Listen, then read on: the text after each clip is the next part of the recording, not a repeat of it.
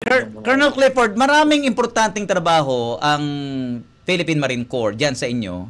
Subalit itong nabalitaan ko sa October 19, ang mukhang isa sa pinakabago at sigurado na magiging interested ang mahilig sa marathon o yung mga takbuhan, mga pang physical fitness. Colonel, ano ba ang highlights ng event na ito? Sino mga kalahok at pwedeng sumali? At anong pakinabang ang naghihintay para sa ating mga kababayan? Opo, Professor, itong Philippine Marine Corps Karangalan Marathon 2025, pang-8th iteration na po ito ng Philippine Marine Corps Marathon. So ito ay major activity ng ating 75th birthday at gaganapin sa 19 October. Ang main event po nito ay nasa BNS Grandstand sa Marine Barracks Rudyardo Brown sa Port Bonifacio sa Taguig.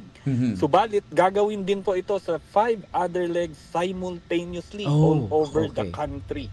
So, meron pong gaganapin na pag sinabi natin simultaneous, sabay-sabay po ang gun start nito.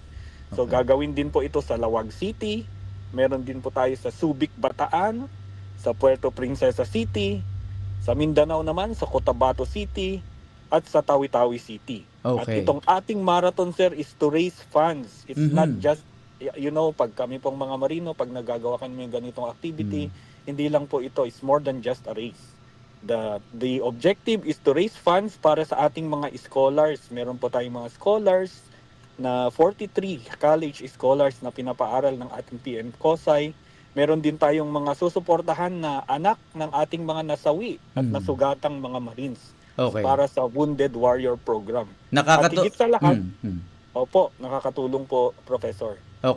Colonel, nakakatuwa pala at bukod sa pagtiyak na ang seguridad ng ating bansa ay maayos at matatag, nakikita ang Philippine Marine sa ganyang mga kadakilaan. Makikibalita kami, Colonel, sa inyo from time to time tungkol dito sa napipintong event na ito, no? Colonel, salamat po sa time.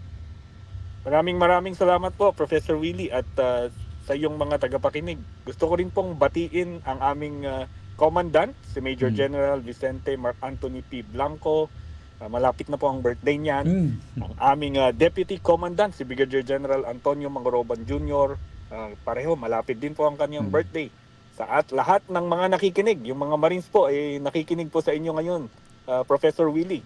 May nakikinig sa opisina, yung opisina ng MC7, at ang aking mga mista sa Philippine Military Kakibat Class of 2001 na nasa iba't ibang lugar din po sa buong Pilipinas. At higit sa lahat ng Marines na magse-celebrate ng aming 75th Marine Birthday Diamond Jubilee ngayong taon. Maraming salamat po, Professor Willie, sa pag-invite mo sa akin dito sa iyong programa. Mga kaibigan, ang inyo po napakinggan si Colonel Clifford Nicanor Basco. Siya po ang Assistant Chief of Marine Staff for Civil Military Operations ng Philippine Marine Corps.